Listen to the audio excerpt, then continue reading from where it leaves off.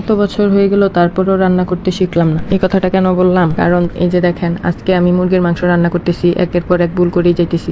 এখানে কিন্তু প্রথমে আমি আমার হলুদটা দেওয়ার কথা ছিল, আমি প্রথমে দুনিয়া গুঁড়ো দিছি, প্রথমে একটা ভুল করছি। তারপরে এখানে হইতেছে আমি দেশি মুরগি রান্না করতেছি, দেশি ছোট ছোট আলু দিয়ে রান্না করব ভাবছি। তো আমি দেশি আলুটা আমি সিদ্ধ না করেই মানে কাঁচা আলু দিয়ে রান্না করছি। মানে এটাকে আমি ভালোভাবে ধুয়ে নিচ্ছি অবশ্যই। তো এটাকে মানে সেদ্ধ করে মানে খোসাটা ছাড়িয়ে তারপর মানে রান্না করে ছোট থেকেই দেখছি। তো আমি ভাবছি কি যে নতুন আলু খোসাটা পাতলাই আছে, তো এইভাবেই দিয়ে দিই। আমার হাতে সত্যি কথা বলতে গেলে সময় ছিল না, তাড়াহুড়ো করে রান্না করছিলাম। আর সেই দিন হচ্ছে আমি মানে হসপিটালে যাব, আমার মার কাছে যাব আর কি, সেজন্য আমার হাতে সময় কম ছিল, সেজন্য তাড়াহুড়ো করে রান্না করছিলাম। তো আমি ভাবলাম যে কি আর হবে, আলুই তো একের পর এক ভুল করে তাড়াহুড়ো করে রান্নাটা শেষ করলাম। তো যেরকমই হোক হয়েছে, এই জন্য বললাম আর কি যে আসলে এত বছর হয়ে গেল রান্না করি, তারপরও রান্না করতে শিখলাম না। তো যাই হোক, মাঝে মধ্যে তো ভুল হয়েই যায়। তারপরও তরকারিটা সত্যি যদি বলি তাহলে আসলে তরকারিটা সেরকম ভালো লাগেনি আসলে আমার কাছে, নিজের কাছেই ভালো লাগেনি, আর অন্যরা কি বলবে। তো মাঝে মধ্যে আসলে একটু 19-20 হয়েই যায়, সবসময় তো ভালো রান্না করি, মাঝে মধ্যে তো একটু খারাপ হতেই পারে, মনের ভুল হতে পারে। সেটা কি আর আমার দোষ? এটা তো মনের দোষ।